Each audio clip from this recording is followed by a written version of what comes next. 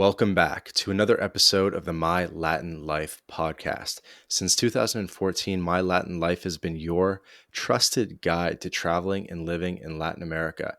Today, I'm joined by a special guest. Her name is Kashlee from traveloffpath.com. Kashlee, how's it going? It's going really good. How are you? Doing well, thank you. To give people some context, Travel Off Path is one of the largest independent travel news sites in the world, over 3 million monthly page views, 2 million monthly visitors.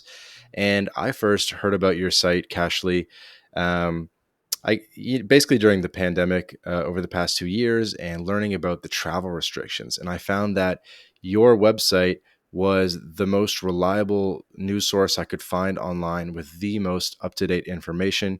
You were updating it every single day. And I think you guys probably built a lot of your brand and grew a lot during that time. Would that be right?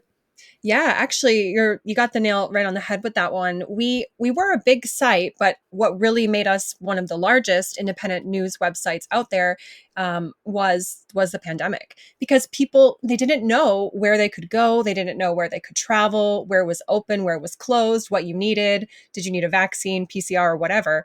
And Mhm. we were kind of the first ones where other travel brands, they kind of skidded away from talking about travel. Not that they were Mhm. discouraging it, but they definitely weren't encouraging it.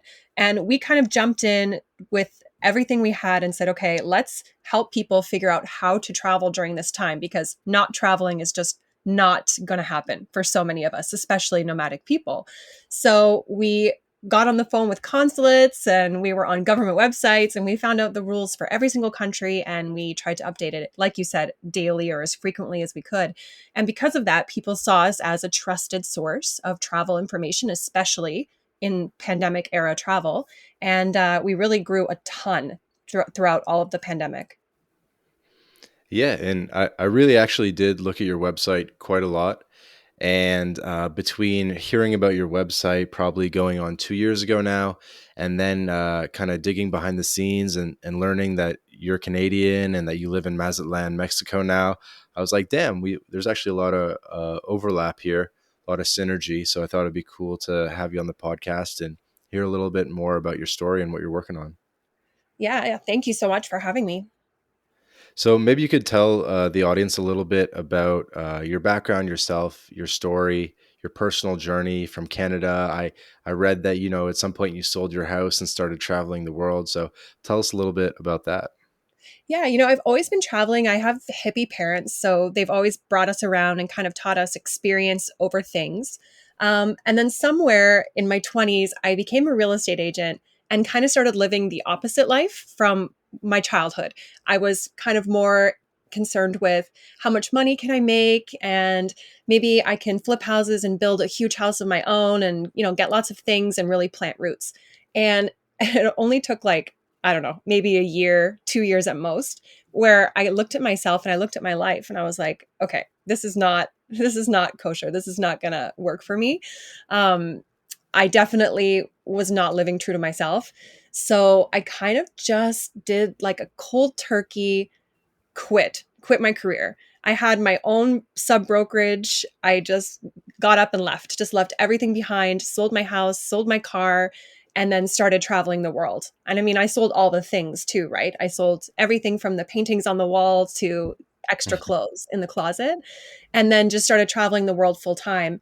And that's where Travel Off Path was born, because, of course, if you're going to travel the world full time, you need to find a source of income online. Travel Off Path didn't make a ton of money in its first few years, but I did have some left over from real estate that was really good. And so the last 8 years, I've pretty much just been traveling full time. But the last 4 years, I have had a base in Mazatlan. So while I still travel, at least I have a bit of a home base there, because it's kind of the best place I've found. Interesting. And sorry, how long did you say, how long ago did you quit your job and start traveling? 8 years. 8 years. Yeah. So you sold your house, I guess now doing the math, like 2014? Yep. And you're from Kelowna, BC, right? Yeah, I was born in Toronto, and then I moved to Regina, Saskatchewan, which is where I was doing real estate. And then after I sold my house, what I did was I put an RV in Kelowna. So I had an RV that was sitting here that if I wanted to come visit family or friends in the summer, that I could just chill in this RV and it's parked right on the lake.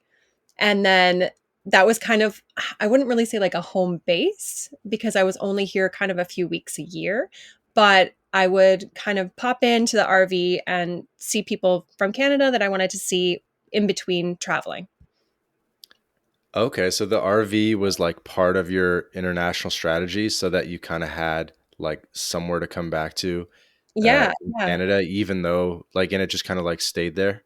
Yeah, it doesn't have an address. It's like super off the grid.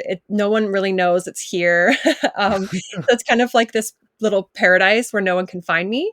And, I just have like a PO box for my Canadian address. Right, definitely makes sense.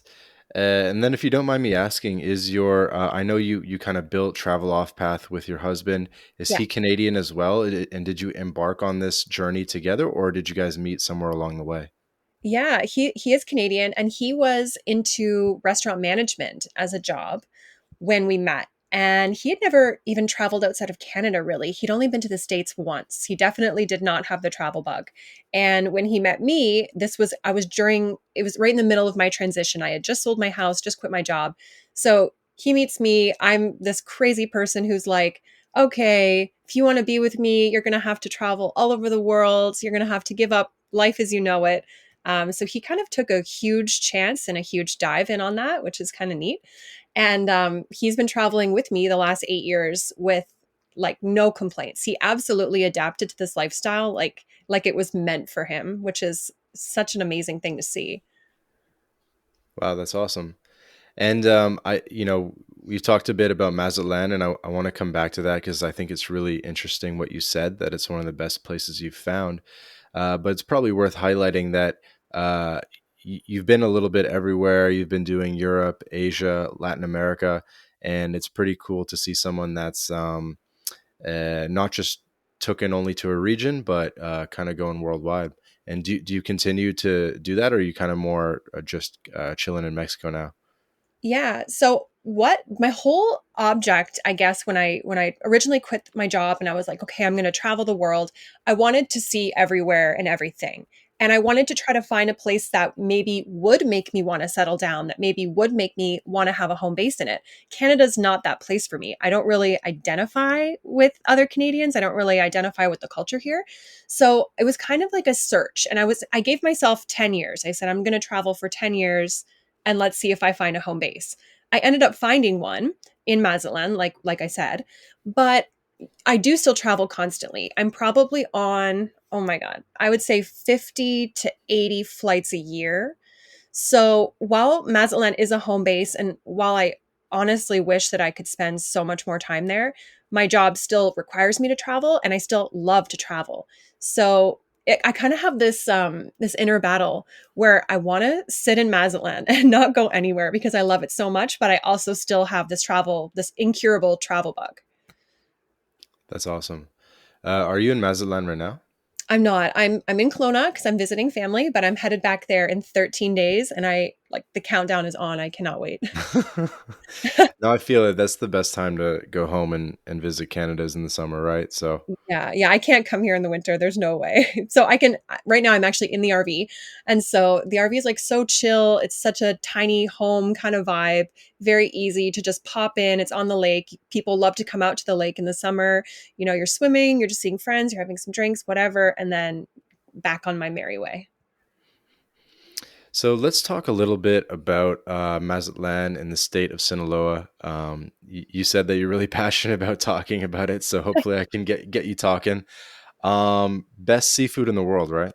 Yeah, the mariscos in Mazatlan are amazing. All the nationals, like Mazatlan is full of nationals that are vacationing there, right? So you've got people from Mexico City, people from Durango, people from all over the country are coming Hmm. there to spend their vacation. And all of the Mexicans, they all say that Mazatlan has some of the best seafood in the world. It's true. Everything from the sushi to aguachile to um, smoked marlin, literally everything. Yeah. Yeah, everything, everything. And every single foot you step, like if you're walking down the street, within say 10 or 20 steps, you'll encounter all these different seafood restaurants and carts selling seafood and sushi restaurants. They're just everywhere. And it's so cheap. I remember I spent like a month in Mazatlan earlier this year actually. I was there for Carnival.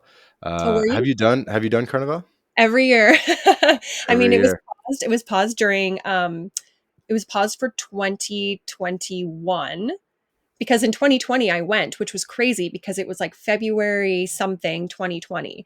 And Right. then the week after Carnival, that's when everything shut down from COVID. And I was like, wait a second, I was just in a crowd of almost a million people. I think it was 900,000 people. And then there's this thing that is called COVID that just came on the stage. And I was like, whoa, this is nuts. So that was like my last hurrah party was Carnival. hmm And I really really enjoyed Mazatlan, and I can definitely see how it's not only one of the best spots in Mexico, but probably one of the best spots in Latin America. It's unreal. I remember I couldn't believe how cheap the seafood was because like a piece of seafood like that in Toronto or even Boston on the water would just be 10 times the cost. I'm talking like you get the full octopus with like all 12 tentacles, like perfectly cooked up, and it'll be like $8 or something. And I'm just Yeah, like, yeah, that how? sounds exactly right. Yeah. Like normally in Canada, it would be like at least like $35 for like three tentacles or something. And there you get like the whole thing. Yeah, Uh, people are surprised when they come visit, and I'm like, "Oh yeah, you should get the pulpo," and then a whole octopus is on the plate, and they're always shocked. They're like, "Oh my god, this is not what I was expecting." right. And then, yeah, maybe that's a graphic example for some people, but yeah, it's everything, right? I mean, I remember we did a fishing boat tour. We rented a boat. We had a crew of people. We went out fishing with some guides in a boat, and we caught a marlin that was literally as large as I am.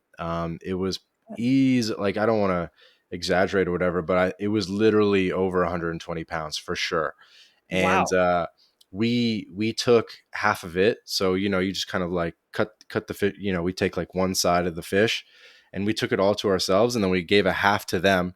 And just our half of the fish, we had like these like huge like burlap bags, and we were carrying it like it was like a dead body. Like I had it on. I had I had one of the straps on my shoulder, and then my buddy had one of the straps on his shoulder, and we were like struggling to carry it between like two full grown men, and we we're Wow. just like and it was like the trunk was like weighing down. Uh, That's unbelievable. and so the seafood is plentiful. It's unreal. I love seafood. Pacifico, the beer, is from Mazatlan, brewed Yeah. there, and I couldn't believe we went to like the baseball stadium, the Venaus baseball stadium, and even in the stadium, a beer was only 20 or 25 pesos, which is Yeah, a so it's like dollar US. And I'm like, yeah, how can it be a dollar in the stadium? right? It's perfect. It's just the most perfect city. It's a good setup because I wouldn't because it's like almost like Mediterranean style climate. It's like pretty much swimmable year round. Yeah. Pretty moderate weather year round. It's not too tropical. It's actually quite dry. Yeah, It's like the actually I most like love the livable year round city in Mexico on the beach, or one of them for sure. I love the winters so much because, okay, before I set up a home base in Mazatlan, I was in Asia for a while. And I was in Indonesia and I was in Japan and I was in Vietnam. And I did tire from like, I got to a point where I didn't want to like sit in my sweaty clothes all day. You just, Right, like a rainy after season. yeah, after it's 35 degrees Celsius and then you've got 90% humidity, your whole life is just sweating. It's really, and you're trying to seek shade and like find AC, and that's kind of what you do all day long. And I was kind of over it. And then I spent one winter in Mazatlan and it was so perfect. It didn't rain for one day for a whole 6 months. There was not one day of rain. hmm The daily high was like 23, 24 Celsius. It was really dry. It wasn't really humid at all. And the nights would even get kind of cool, like maybe an 18 or 19, where you might need a light jacket. It's sensational. It's just so comfortable and perfect. And at what point did you say like Mazatlan is the place for me? Because you've been to a lot of places. I don't know, Croatia, whatever. Like how did you know why Mazatlan? Oh, okay. So, I mean, it's a long list, but I'll make it short. um, it's a combination of everything, but I feel like Mazatlan has the highest quality of life. It's not the cheapest. We when we first embarked on this travel journey, we went and lived in Ecuador for 6 months, and Ecuador is, I think, cheaper, but the quality of life is just not there the way it is in Mazatlan. And so Mazatlan has things like, okay, for example, we have a condo that's in the golden zone, right in the middle of all the action, and it Hmm. has 300 fiber internet, 300 download. Nice. Super fast internet, and like I said about the climate, very, very temperate winters, just beautiful, beautiful weather. It's all nationals. So there's not a lot of foreign tourists yet, which I love because then you have so much language and culture and things just are not as spoilt as they are in some other major tourist cities of Mexico. And this will go against many people's opinions of Mazatlan and Sinaloa, but I find it incredibly safe as well. So there are countries that might be cheaper or maybe a little more off the beaten path, but they don't have the safety that Mazatlan and Sinaloa in general has, in my opinion. And I just find that the whole community, everyone that I've met there is so welcoming. They're so generous, everyone's so kind. And Mazatlan also has everything that you need. It's a huge city. The infrastructure's there. There's public transit, there's shopping malls, there's direct flights to LA, Phoenix, Dallas, Houston, Mexico City. You can get in and out really easily. It's just, I don't know, out of anywhere I've been, it just checks all the boxes. I don't think there's one that it actually doesn't check. Hmm. Yeah, so let's talk a bit about safety. I find that's a pretty important quality to a lot of people, especially to the Canadians and Americans that might think about retiring or going to live in Mazatlan. Mhm. So they've probably heard about, the state of Sinaloa, of which Mazatlan is a part of, and heard sort of like negative things about the state of Sinaloa. How would you sort of uh, describe Mazatlan's place within the state of Sinaloa, like the differences, and then how would you describe like sort of the overall level of safety within Mazatlan? So, I mean, obviously, I'm not a safety expert. I can only talk about my own personal, things that I've seen and heard and my personal experiences, right? But for 4 seasons now, we've been in Mazatlan, and it has been without any event, which is perfect. That's what you want, right? Um, my husband and I, we travel to Medellin, Colombia a lot. And when we're there, I love Medellin, I think it's an amazing city. But as people who go there a lot, you can't like walk down the street with your cell phone out. That's obviously asking for trouble. Um, in Mazatlan, you can walk around with your cell phone out at 1 o'clock in the morning, or me as a female, I can walk around in a short dress at 1 in the morning with my cell phone out, and nothing is going to happen to me. Everyone there is very polite, very respectful. Um, it's I've never been concerned. I've never had a worry. I've never felt unsafe in any way. I've never seen violence. I've never even heard of violence in the city. It's very removed from what people think of when they think of Sinaloa. It is a tourism city, right? It's a national tourism city, and the people in the city are very preoccupied and concerned with keeping it safe for tourists, for national Mhm. tourists or foreign tourists. They don't want anything to happen to visitors, of course, right? For sure. I think it's probably the most important thing on their checklist is like, let's just keep the city running smoothly. Let's keep tourism dollars coming in. And that's wonderful. So it's when people tell me, like when I tell people, oh yeah, I live in Mazatlan, Sinaloa, and a lot of people always give me the craziest look. Like, what do you mean you live in Sinaloa? Especially if they're American, because America has the level 4 do not travel warning against the entire state of Oh, Sinaloa. really? Yeah, so a lot of people are very discouraged. And I guess my word to them is like, of course Sinaloa is famous for the cartel. And while that is a thing, you won't see it in your day-to-day life in Mazatlan. If you're not buying drugs or selling drugs, then you're not in any direct danger if you are in Mazatlan. It's you're Hmm. very far removed. It's like being in two separate worlds. But you can also travel around the state of Sinaloa. I've gone to Culiacan many times. I've gone to all the Pueblo Magicos around Mazatlan, and I've always felt safe on the roads, safe on the highways. There's never been an issue. And Hmm. I have like a security, I guess, importance in my life. Like I've done lots of traveling. There have been many places where I have felt unsafe or I've been worried, and never has Mazatlan ever been on that list. Hmm. Hmm. And for context for people, Culiacan is the capital of Sinaloa, where there is a little bit more of the riffraff. But I think what's important to point out is that like the state of Sinaloa, like there's no war between different groups. It's all just controlled by one group. So there's no one to like fight against. So Exactly. there's like everything's just kind of like organized, under control. It's pretty chill. They want Mazatlan to stay chill so that people keep coming. And it is nice to hear that you've had good experiences visiting the Pueblos Mágicos and kind of other smaller parts outside of Mazatlan as well, and Yeah. that the highways are like decent infrastructure, right? Like it's They're all okay. like, I mean, they yeah, need a like bit of repair. They're toll, but actually, I have a funny story about the highway. So this also demonstrates it's kind of a safety story.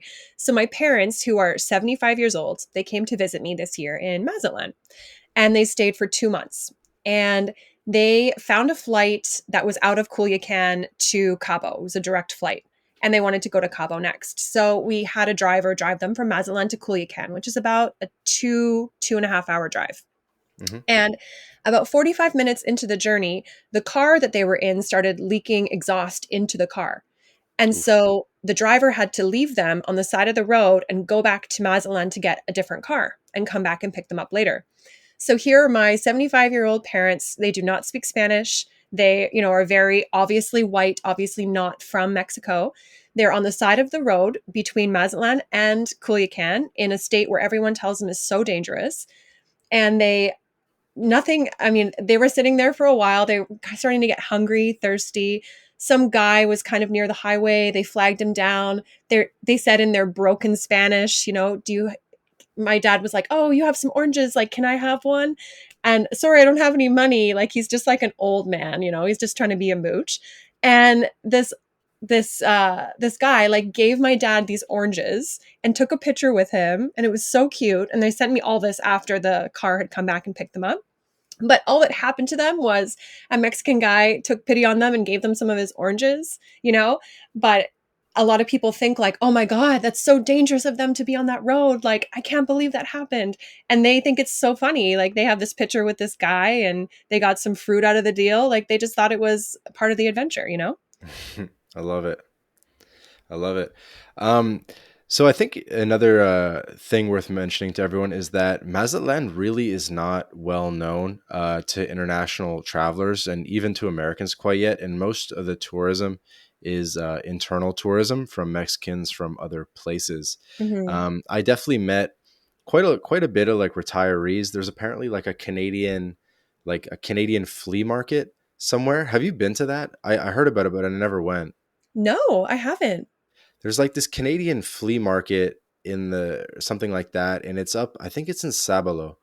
I could be wrong, but there is something like that, and you will see like Canadians rocking like Winnipeg Jets jerseys and stuff Oh like yeah. that in the winter. Yeah, I feel like it's really mostly an older crowd. Like I don't really hear about digital nomads going to Mazatlan. I don't hear about young like I don't know, like stag parties or something. I don't really hear about that. It's more retirees, and I think overall I think there's going to be a lot of growth in the next couple of years as more and more people hear about this very ideal city. I can't believe that there's not. And as I travel and I talk to other young nomads and they say, "Oh, where do you live?" I tell them about Mazatlan. They say, "I've never heard of it," of course. And once I describe it to them, they're always so intrigued, but they still don't come. And I don't understand why. And like you said, I haven't seen any other young nomads there. There's almost none. And while there are lots of retirees, there's still such a small, small, small fraction of the population. Like in Puerto Vallarta, I mean, so many retirees live there. And in Mhm. Mazatlan, there's only I don't know the amount, but let's throw out a number. Let's say it's 10,000. And the population of Mazatlan is pretty big. I think it's around 750,000 right now. Mhm. So there's such a small minority. But for young people, let's say people under 40, I think there might be a handful, like maybe 20, maybe 20 of us. And I'm baffled as to why. I'm so baffled because the internet is fast. The prices are great. It's a coastal city. The food is absolutely phenomenal. And it has good flights in and out. I honestly have no idea why it hasn't blown up. I think the only thing I can think of is that the accommodation isn't quite there. So while there's tons of really cute cafes to work out of, there are not that kind of Selena or kind of hostel type accommodation yet. It doesn't exist. Right. And so I feel like people don't get drawn to it because they don't find like the cute Instagrammy kind of hotel online. The hotels are very traditional still. They're very Mexican. And so, yeah, that might be the one thing that's kind of discouraging people, but yeah, I'm puzzled. Yeah, it's a good point. I think and there are I think in the winter there are some direct flights from Canada. I think there might be a few from Calgary. Yeah. Um but yeah. There's Uh there's swoop flies from Edmonton and Abbotsford, and then WestJet flies from Vancouver and Calgary direct. And then Sunwing, they have those charters and they leave from Regina, Saskatoon, Winnipeg, Edmonton, and another city. So there's lots of ways to get in from Canada as well during any time between kind of November and April. But again, I don't know. I don't see young people coming. mhm. But there's lots of young nationals. All of my Mexican friends, they're all very young and they have businesses there. Some are architects, some are plastic surgeons, some are spin instructors. And so there's lots of young people there and there's lots of young energy there. There's just not a lot of foreign young nomads. I think it's going to continue to grow as there's more and more direct flights.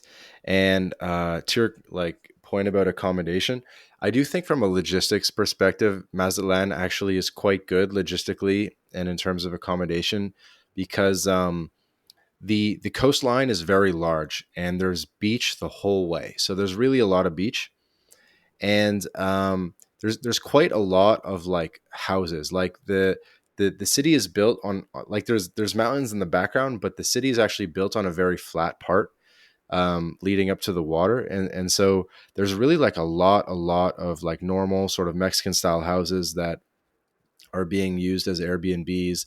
There's tons and tons of new hotels being built, like tall buildings, like right along the water. And so it doesn't really come up against these like natural constraints that you'll see happen in Vallarta, where I think Vallarta is a little bit more limited in terms of supply just because of like it's so hilly and mountainous. Hmm. Whereas I think Mazatlan's a little bit easier to build there. Cabo kind of has the same problem that Vallarta has as well. But I think Mazatlan, like if you were in like the construction industry or something, I think it's a great opportunity. Yeah, there's so many buildings under construction right now. There's about 60 tower condo buildings that are currently under construction. And a lot of big brands like Dreams Resort is going to be opening up a big resort in Mazatlan. And there's some other brands that have just opened, like the Marriott is opening this winter. And there's just it's growing like crazy. It's actually growing really, really fast. So I think you're right when you say that people will kind of get drawn to it eventually. Um, it's just that I'm really shocked that it hasn't happened already. Like, I'm so glad I found it because it's such a gem, but I do believe that it deserves more notoriety. Yeah, I think so too. I think both Mazatlan and then Guaymas up the coast there Yeah. have both been growing a lot because I think like Guaymas is like drivable from parts of the states, like from Arizona and stuff. And then Mazatlan, of course, is growing a lot. Um, you can even fly to Guadalajara and take the bus to Mazatlan. And it's like a 6 hour bus ride. It's not too bad. I've done it a couple Yeah. times. Um, so you chose to base up in the Zona Dorada, which is like the main like gringo party area. um, and as like a married couple, I think that's kind of funny. Why did you choose Zona Dorada? And do you find that it's a bit of like a ghost town during the week when there's not too many Mexicans there? Oh my gosh, you know what? I find that Mazatlan is like a magnet for Mexican tourists right now. I don't think there's ever a moment where it's not completely filled with nationals on vacation. Not one moment of the day. And where I live, I'm right in the center of the Zona Dorada. Like you couldn't be any more central than where I am. And so it's constantly all I hear is pulmonillas, which are the golf carts for people who don't know. It's like these souped up golf carts that are kind of used Yeah. as open air taxis, Blasting banda music. blasting music. I hear the banda bands on the beach because I'm beachfront. Um, and yes, sometimes there's like little gringo parties. I live near this bar called 28, which the gringos love to go to. I don't really hang around with gringos. I don't really hang around at the gringo hotspots, but sometimes we hear like their live karaoke nights and stuff. So where I live is not for the faint of heart. If you're bothered by noise, you would definitely need to move. I have to wear earplugs every night because it's so loud, but I love it. I actually just love it because it's got so much vibe and so much passion, and just you can feel the energy of the city. And so where I live, I don't ever feel like it's a ghost town. I feel like it's full all the time. And we picked that area because we wanted, okay, as we've been traveling the last 8 years, one of our biggest pet peeves is when we end up in an area where you kind of feel trapped and you have to take taxis or you have to take cars, and Right. it's not conducive to like walking around and getting things easily. I think convenience, especially as we're entrepreneurs and we're building a business, we need to have a certain amount of convenience. And so where I live, within like I would say a 5 minute walk, I can go to the dry cleaner, the tailor, the bank, 10 of my favorite Groceries. restaurants, the beach, whatever I need is within this, not even a 10-minute walk. Like, really, it's probably a 3-minute walk because I'm right in the heart of everything. And the payoff for that is so much better than, say, a quiet, gated community. Like, I don't want to live in that. I want to live right in the middle of it. Yeah, I know what you mean. Yeah, I was staying in the part just slightly south, where the I guess it's called Teleria, where those like lakes are, kind of like right across from the stadium, Yeah. like beachfront. Yep. And there's all these like there's like this big sort of parking lot behind it that borders along the little lake there. And Hmm. the police and people just park their cars there and they blast music and chill. And then the police always comes by and they make the most insane noise to make the people like vacate the parking lot. And between that and like the carts like blasting banda, it can be pretty loud. It can be pretty loud in the main city area, but you can always get around that by going out to Sabalo or even further out to Cerritos. Cerritos, yeah. Yeah. See, that for me personally, I would rather not live in Mazatlan. If I had to live in Cerritos, if someone was like, "Okay, you can't live in Zona Dorada anymore, you have to go out there," I would not want to live in the city. That is so far for me. And while the places are, you can get a nice big house, it's very quiet. For me, that just takes everything that's special about Mazatlan away. So I would rather live in a different country. Yeah, that's fair. Yeah, I think Mazatlan has a really unique culture. It has a unique place in the minds of Mexicans as well. A lot of the famous sort of singers and actors have come from Mazatlan. Banda music is basically from Mazatlan. Um, all over Mexico, there's like a chain called Sushitlan, where it's like a chain of sushi restaurants, and so the soccer team is like in the first division. So Mazatlan is definitely known within Mexico, and I think it's just and extremely popular among Mexicans, which is a good sign. Like if it's popular among Mexicans, then the gringos will catch on. Yeah, yeah, I think so. And you're right. They have a baseball team, they have a soccer football team, and they have so many other things. Like there's orchestras that play in the Angela Peralta Theater in Centro, and they host Carnival every year, which is one of the biggest carnivals in all of Latin America, in the world. I Hmm. think it's the third Hmm. or fourth biggest. There's Yep. always something going on. There's always something to do constantly, and it's also a great place to live because it's got the schools and the hospitals and the roads and everything that you need for good infrastructure as well. So it's kind of the perfect city to build a business. But even if you're a young family, some people have been moving down with kids and they're just loving it because there is so much to do. The weather is so perfect and the safety is there, especially compared to many, many American cities and compared to other places in Latin America. Hmm. Yeah, I'll name a couple more things about Mazatlan that I like, just because we've almost made this like a Mazatlan episode, and then maybe we'll move on to talk about travel off path and stuff.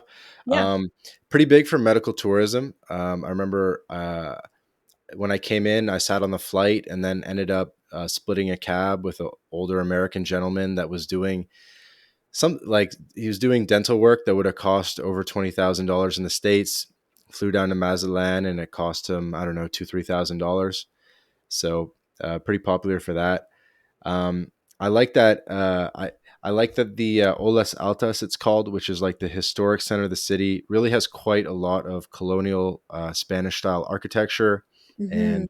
and so it has a lot of that vibe. So the city does have like an older element to it. It's not just like a brand new shiny glass city on the beach. I like that it has some character to it, and Yeah. Thank a lot of the best like restaurants, a little bit of the nightlife, a lot of the expats too choose to base up in Olas Altas. So it's kind of often you're presented with sort of the dilemma, like, do I base in Olas Altas, the historic center, or do I go, more towards the Zona Dorada, the Golden Zone, which is like the new kind of nightlife and happening area. So those are kind of like the two extremes. There's the lighthouse, the Faro de Mazatlan, and you can go hiking there, and it's awesome views and stuff like that. A couple really cool things. I'll stop there. If you had thoughts on the historic center. I love Centro. I really do. I would also live down there because it's very walkable. It's very beautiful. It looks like you're in Europe, like you said, lots of colonial buildings. It is also a perfect area of town. It's just very different from Zona Dorada, but it's nice to have both in one city. Like you can have everything. You don't just have to pick one. You can have that modern city, but you can also have this historic beauty of a city. And that's what I Mhm. love about Mazatlan so much is you get both. Like you get everything. Yep. And don't skip Stone Island. You take a little ferry from the center over to Stone Island, which is just on the other side. And I think like the first month I was in Mazatlan, I didn't go. And then I finally went and I was like, oh, I can't believe I didn't go earlier because it's so cool. Like the beach was so nice. And there was all these like stands where it was like buck-a-shuck oysters and like awesome seafood places. And I really enjoyed Stone Island. Yeah, it's a really nice place and it's very chill. It's very different from the rest of the city. So, yeah, I like to take guests there. And we rode horses there. They had a couple horse, I guess, rental places where you get a little guide. And I could not believe how cheap it was to ride horses. I went with a girl, Mexican girl, so she kind of helped negotiate. We got on horses with this like legendary old guy. It was just the two of us and the guy, and we were riding with all these horses along the beach.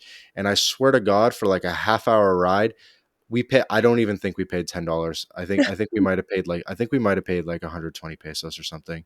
It Yeah, was it's wild. absurd. I couldn't believe it. I was like, that is unreal. Okay, I'll give you another one.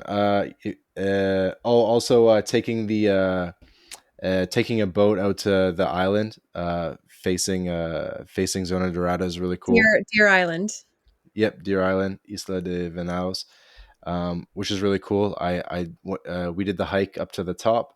Apparently, there's like some cave paintings, like somewhere in a cave on the island. I didn't have time to do that because I didn't have a guide. Have you ever seen that? No, but I know that up near Cerritos, like if you keep going, then there's those hieroglyphics that are There in is. stones. Yeah. Out of town. Yeah, there's some cool like ancient like native history too in Mazatlan. So you kind of have like a bit of like ancient native history. You have the colonial history, and now kind of the new Mazatlan. The other And thing that's really cool, I think. Sorry, go ahead. one of the best ways to see the history of Mazatlan, like you're saying, the ancient history and then kind of the more modern history, is to go to the new observatory. And so it opened last year, and it's right near El Faro. It's down in the south, and you can go to the observatory and they'll take you on this really cool tour, but it starts with this 10-minute video that's all about Mazatlan, and it's one of the best videos I've ever seen, and it really encapsulates and kind of summarizes everything about its history, and where the native people came from that first inhabited the area. And the observatory is kind of a must see. I always bring guests there. I've been there a million times. I never get sick of going. It's one of the nicest places in the whole city. Oh, that's awesome. And then I guess maybe one of the last things before we switch it up is when I was done with my time in Mazatlan, I was like, huh, should I continue on to Culiacan? Or I learned that there's a ferry to La Paz, to the Baja Peninsula. Yeah. And it's an overnight ferry. I think it's about 12 hours. You rent, a bunk for, I don't know if it's $50 a night, and you get like a two-bed room in the overnight ferry.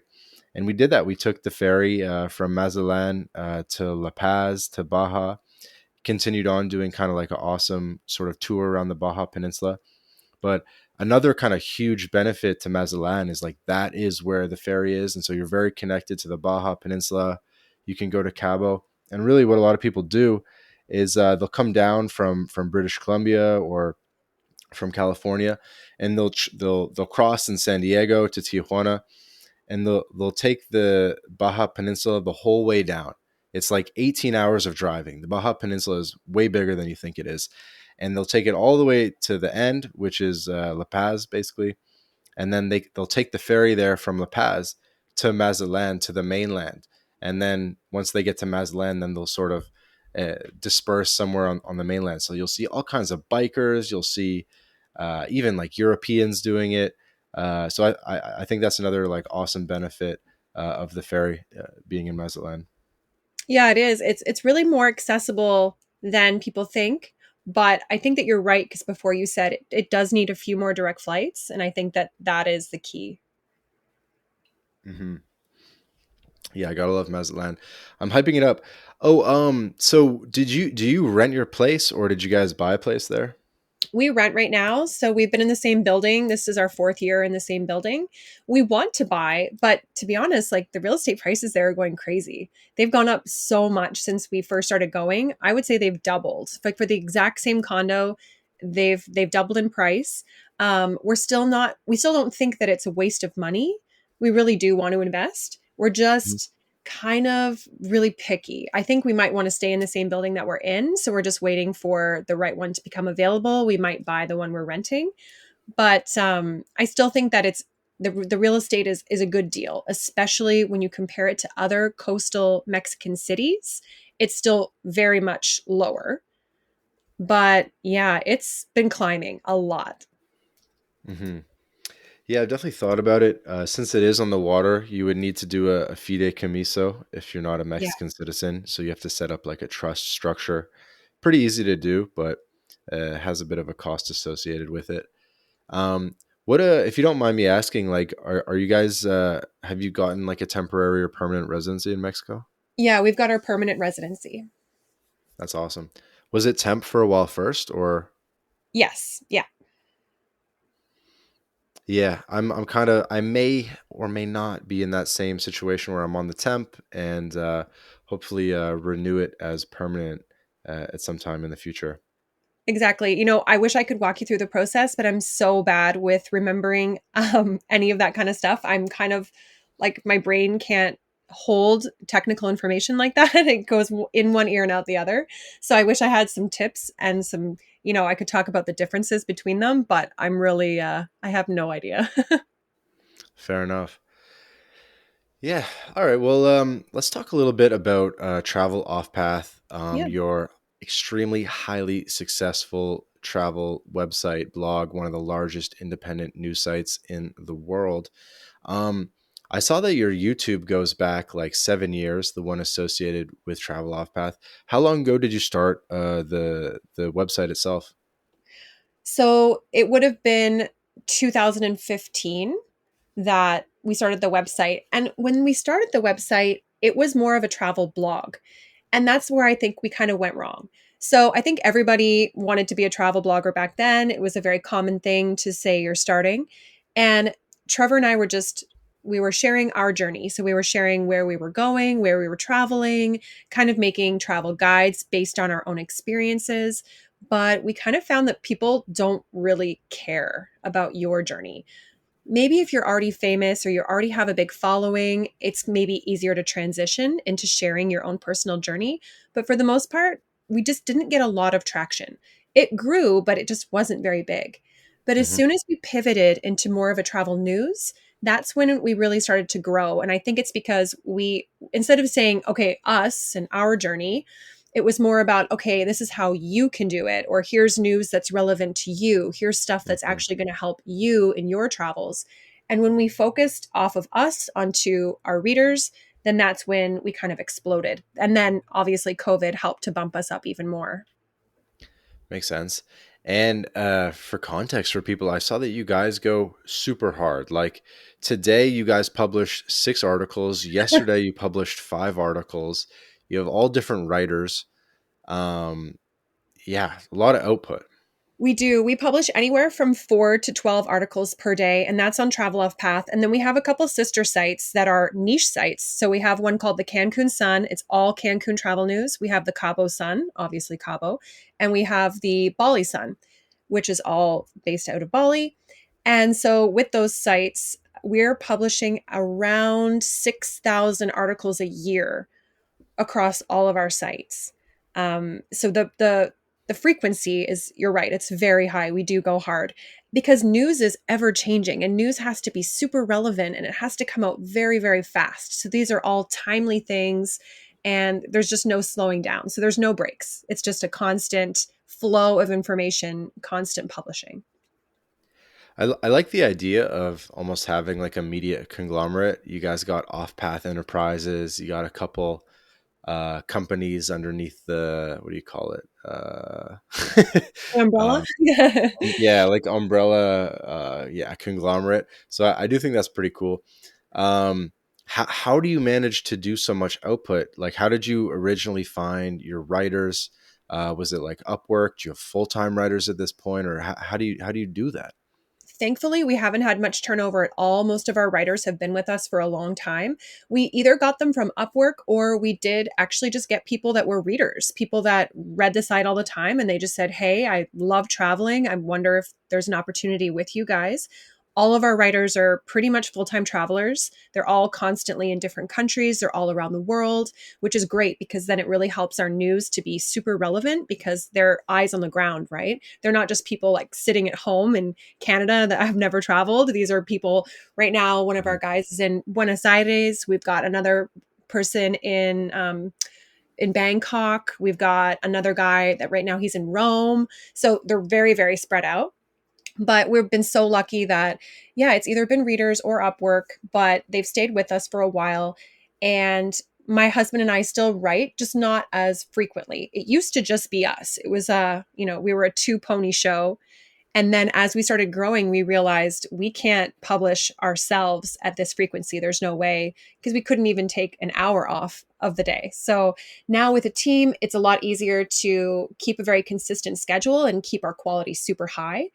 But it's definitely, I think growth has been one of the trickier parts because we had to go from, okay, we're running travel off path to, okay, now we're managing travel off path. And so the shift from being a writer into being a manager and being an editor in chief has been an interesting journey, but it's still one that I like. Yeah, it definitely makes sense. And so how do if you don't mind me asking, like how do you actually structure your incentives for your writers? Do you pay them per word, per article, per 1,000 words, monthly stipend? Like how do you do that? So we do a per article. There's a set price, and their articles, they just have to be a minimum of, say, 700 words, and then it's a per price per article. And the longer the writer has been with us, the higher per article they get paid because they get better at their job. They get better at finding stories. They're less reliant on us to make their headlines or to give them story ideas. And so we do, kind of reward that longevity. And then also they get bonused. So if their articles get more than 20,000 views, then they do also receive a bonus. And so that helps to try to keep quality up because they always want to write things that are good, that are helpful, that people want to Mhm. share and that are actually helping our readers. And when that happens, then they get rewarded. Yeah, it definitely makes sense. I noticed that you have the writers, I guess, using their names on the articles. Mhm. Is that because are you like allowing them to sort of like build a brand a little bit, or why do you sort of like specify who the writer is? I think it's really important. I think it's important for people to be proud of the things that they write and also to be transparent in the things that they write because we are writing travel news. We want it to be accurate, we want it to be correct, but we also want them to build a portfolio. We know that our writers won't be with us forever. I wish that they would, especially the ones we have now. We absolutely love them. But one day, what if they want to open up their own site? And then that's going to have to be something that they're going to do. And we fully support that. So I think it's really important that they kind of have an identity while they're with us. Okay, yeah, that makes sense. And then you do a mix of like evergreen and news content, right? Because news is tough because you're trying to keep up with the news cycle, and then you probably experience like a lot of drop off after interest in the topic dies. How do you think about the news cycle versus evergreen? Yeah, so that's exactly why we do a combination. So you're right, news is very fast. So, say for example, today we posted that France removed all of their entry requirements. And people are going to be very interested in that for today, tomorrow, maybe the next day. But after that, it becomes common knowledge and people aren't going to see that article much anymore. It kind of becomes buried. So that's why it's important that when we have very relevant news articles, we also have that evergreen content, the kind of content that people can come back to time after time and it's still very relevant for a while. Let's say it's, 10 hidden things to do in Seattle, or maybe it's you need to try out these 20 packing tips the next time you need to check a bag, whatever.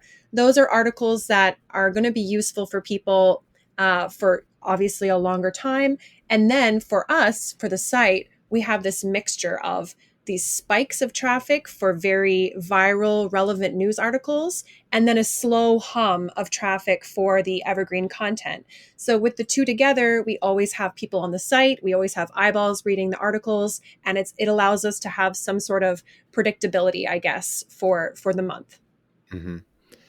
And I have like a burning question, and hopefully this isn't too inside baseball, but so let's just say you're paying someone like $10 for a 1,000 word article, right?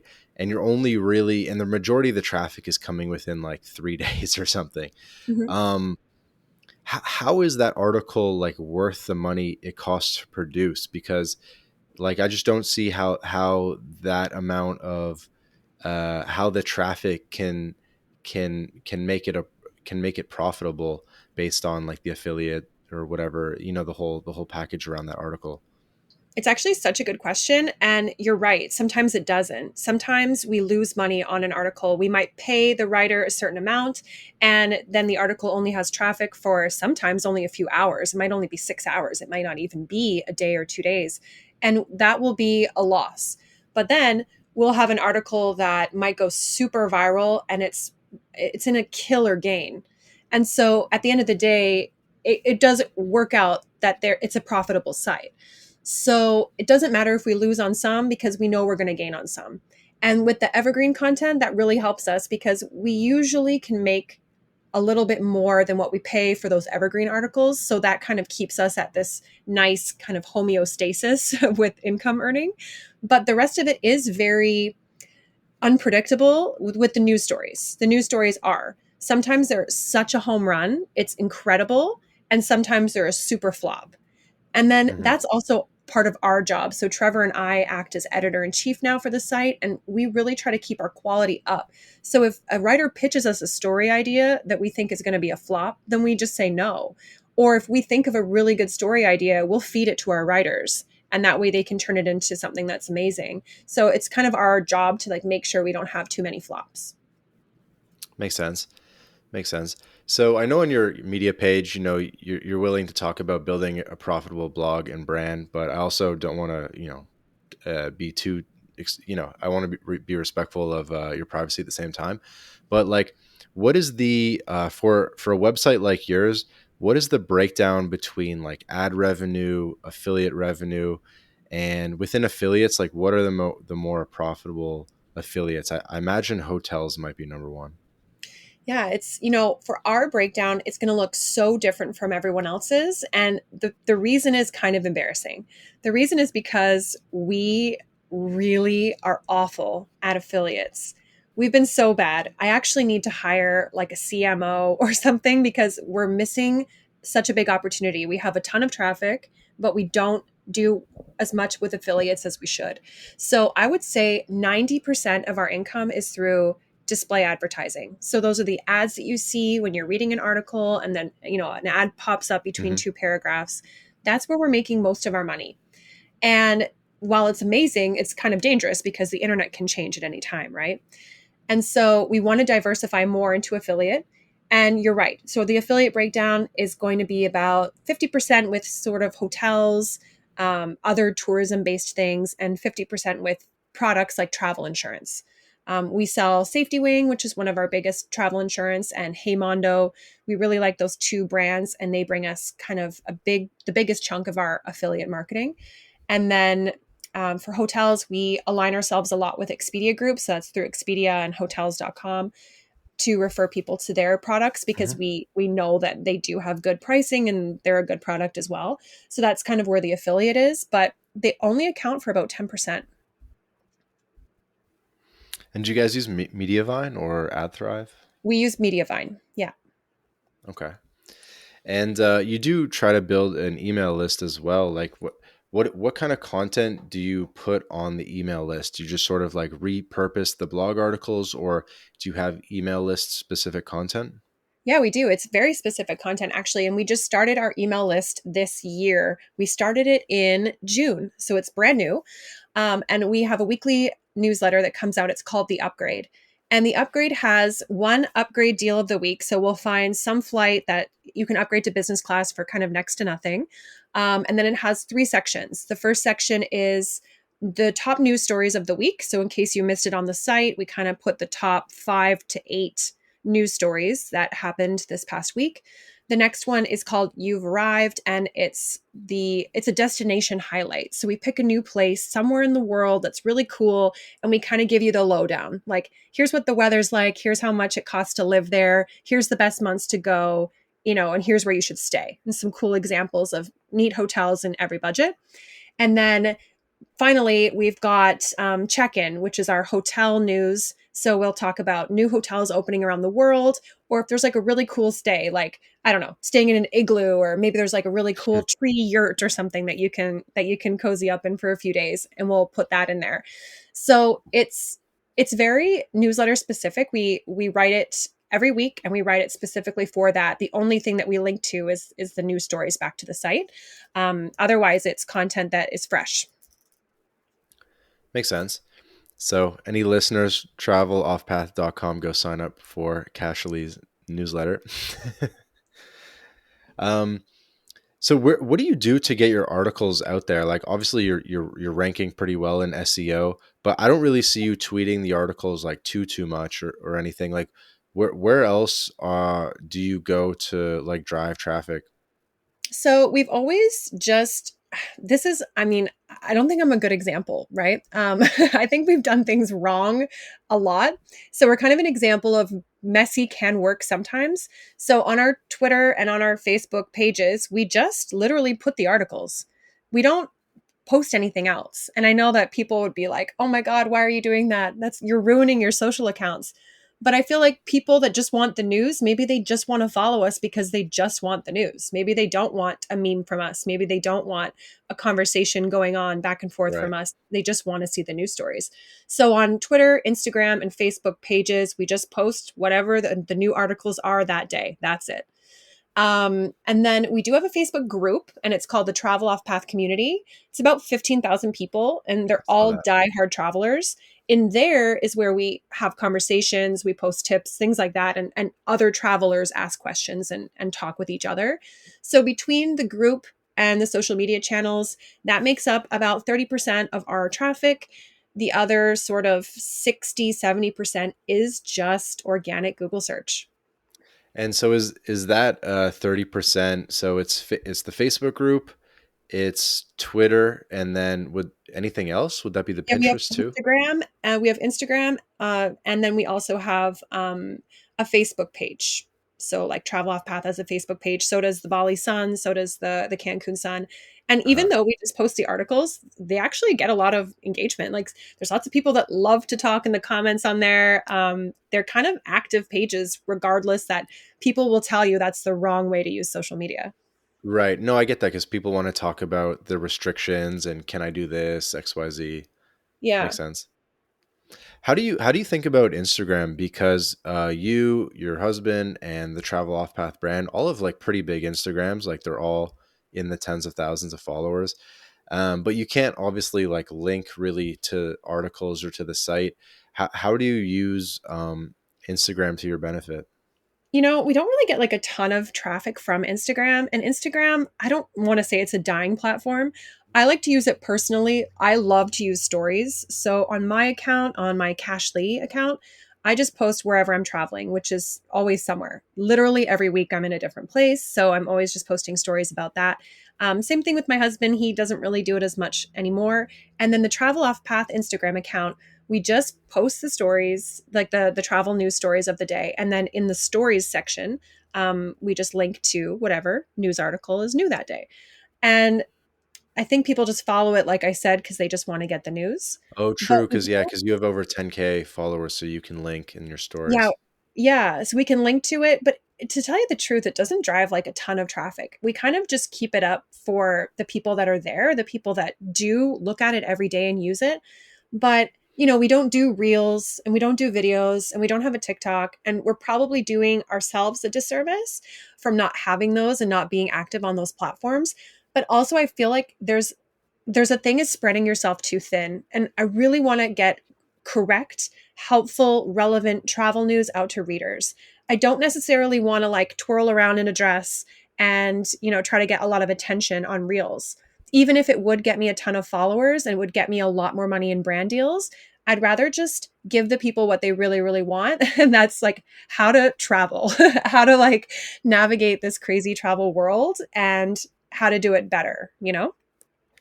Yeah, I definitely respect that as an entrepreneur. Focus on dialing in what you're good at, not spreading yourself too thin. I think that's Yeah. smart. Um, Real quick on Pinterest. I mean, I did see that you guys have it a little bit. Have you been doing anything with that? I asked because My Latin Life has a Pinterest, but I haven't done too much with it in a while. So a But I few know years it used to drive a lot of traffic. Yeah. So right before the pandemic in 2019, I was using Pinterest a lot because I was doing a ton of evergreen, really, really evergreen stuff. And I took a course and it said you have to use Pinterest. It's like the best thing in the world. So I started putting pins of these evergreen, these huge travel guides and these like packing guides and things. I was doing the pins at the bottom of those articles and then pinning them. And it was giving us some traffic. I would never say a ton, but it was substantial enough to keep going. And then COVID hit.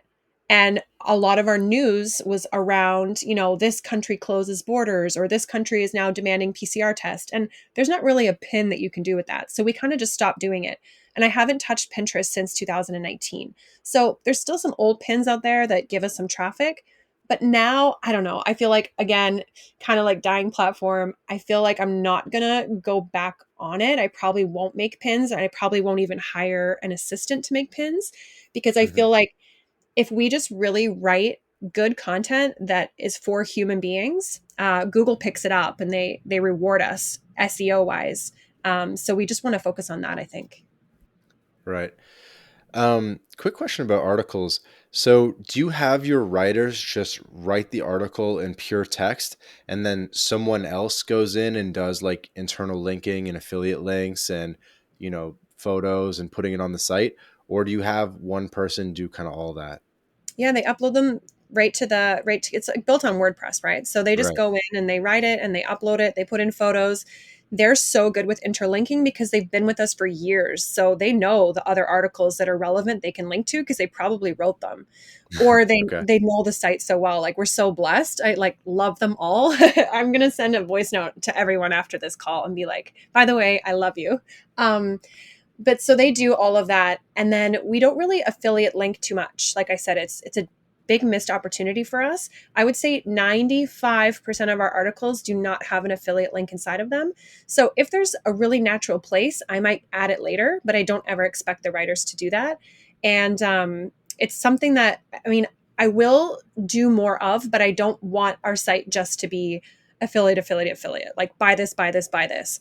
I'd rather have people just love and learn something than make more money sometimes, which I know sounds really anti entrepreneur and like anti capitalist. I am about making a profit. I just don't want to do it at the demise of the reader. Yeah, no, 100% makes sense. Um, Another question about like off-path enterprises.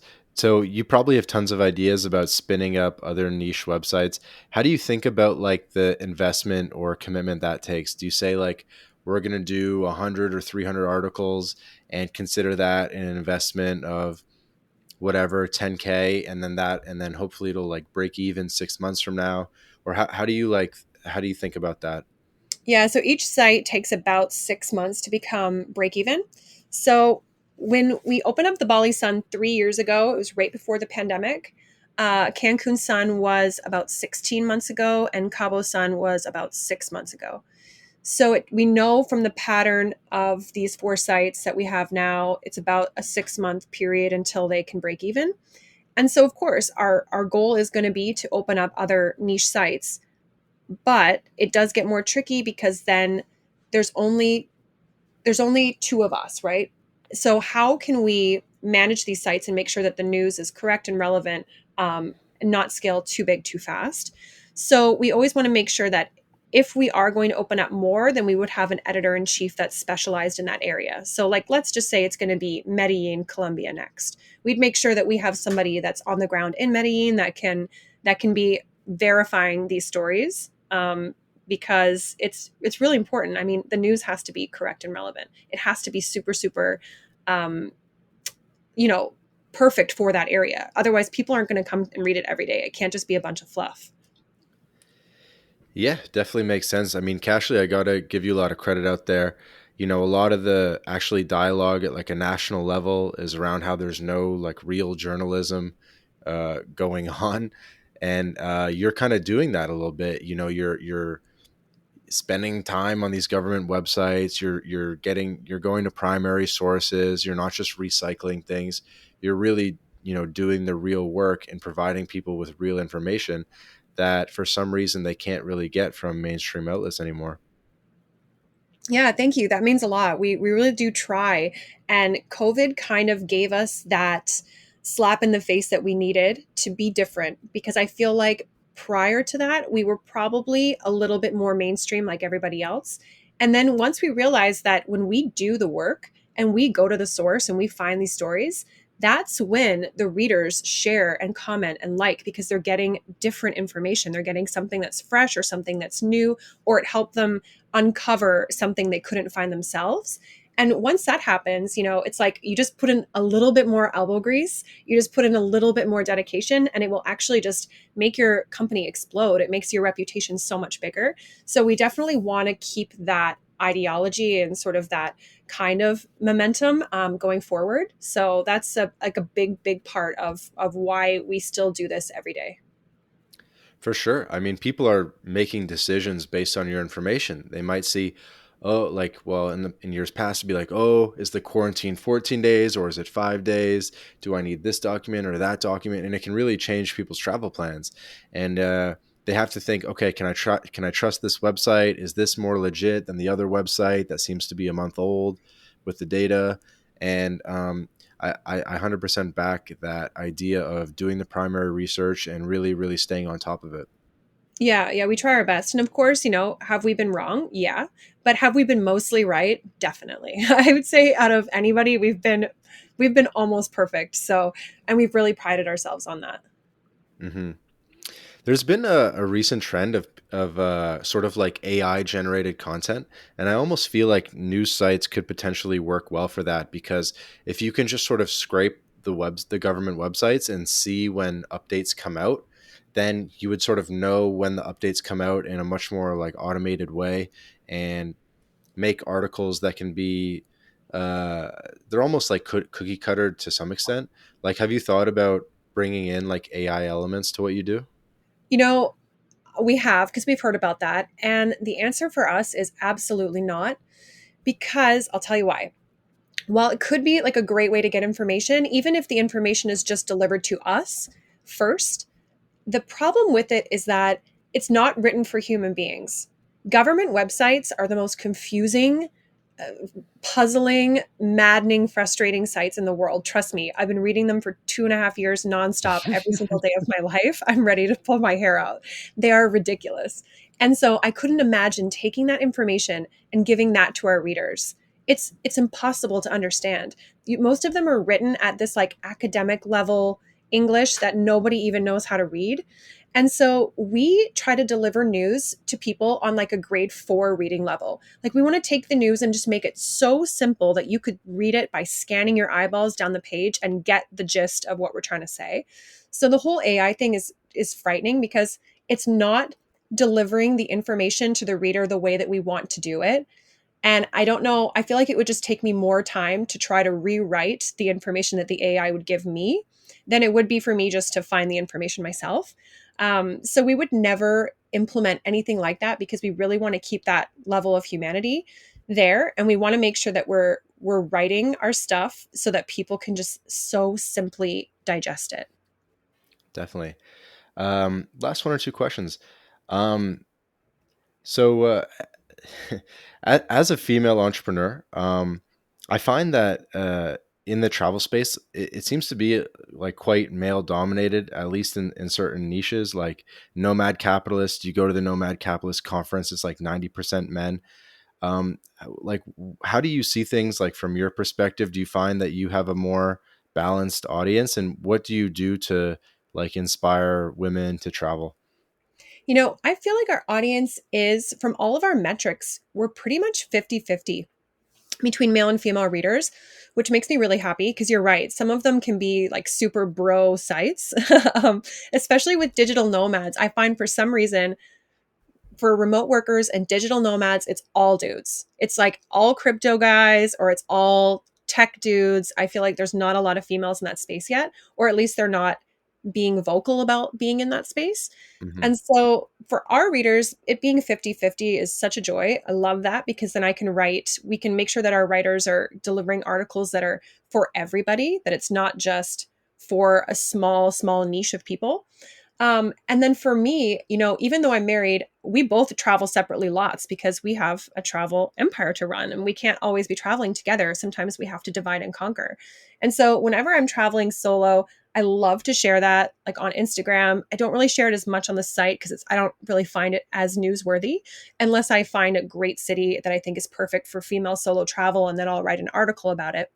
But I love to be an advocate for people, especially female solo travelers, for just to let them know like you can get out there. There's almost nowhere in this world that you can't go. Um, there's so many places that I've gone that people have been like, oh, that's unsafe. I can't believe you're going there. And they've turned out to be quite the opposite. Like, okay, for example, I was just in Albania for 3 weeks with some other girls. And it's crazy that people think that, like, Albania, of all places, so many people said to me, what are you talking about? You're going to Albania. That's the country that was from the movie Taken. The guys that took her, they were from Albania. And I was like, oh, wow. Like, sounds dangerous. And they're like, oh, yeah, the Albanian mafia, you're going to get yourself in trouble going there just with like a group of girls. And it was like, what? And then going to Albania, it was so safe. It was so unbelievably safe that it's almost laughable. So I really do like to I like to go to these places through the lens of a female and then kind of put the information out there, like set the record straight that these places are not dangerous and especially not for a female solo traveler. Definitely. What do you think that like publications could do to increase the ratio of female audience? Oh, that's a really good question. Um, I don't know. I don't know if I have a good answer for that.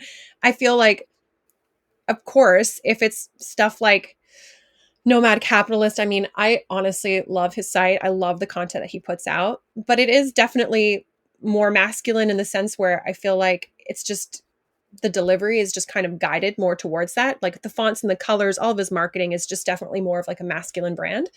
But I don't necessarily know that he needs to make it more feminine. I don't know. I don't think I have a good answer for that. Interesting. Well, yeah, we'll pretty much wrap it up there. Kashlee from Canada, traveloffpath.com, one of the leading female entrepreneurs in the travel industry. Thank you so much for having me. Thanks. This has been another episode of the My Latin Life podcast. In the show notes, I'm going to link everything to Kashlee and Travel Off Path's information so you guys can check everything out and join her newsletter. Thanks so much, Kashlee. Thank you.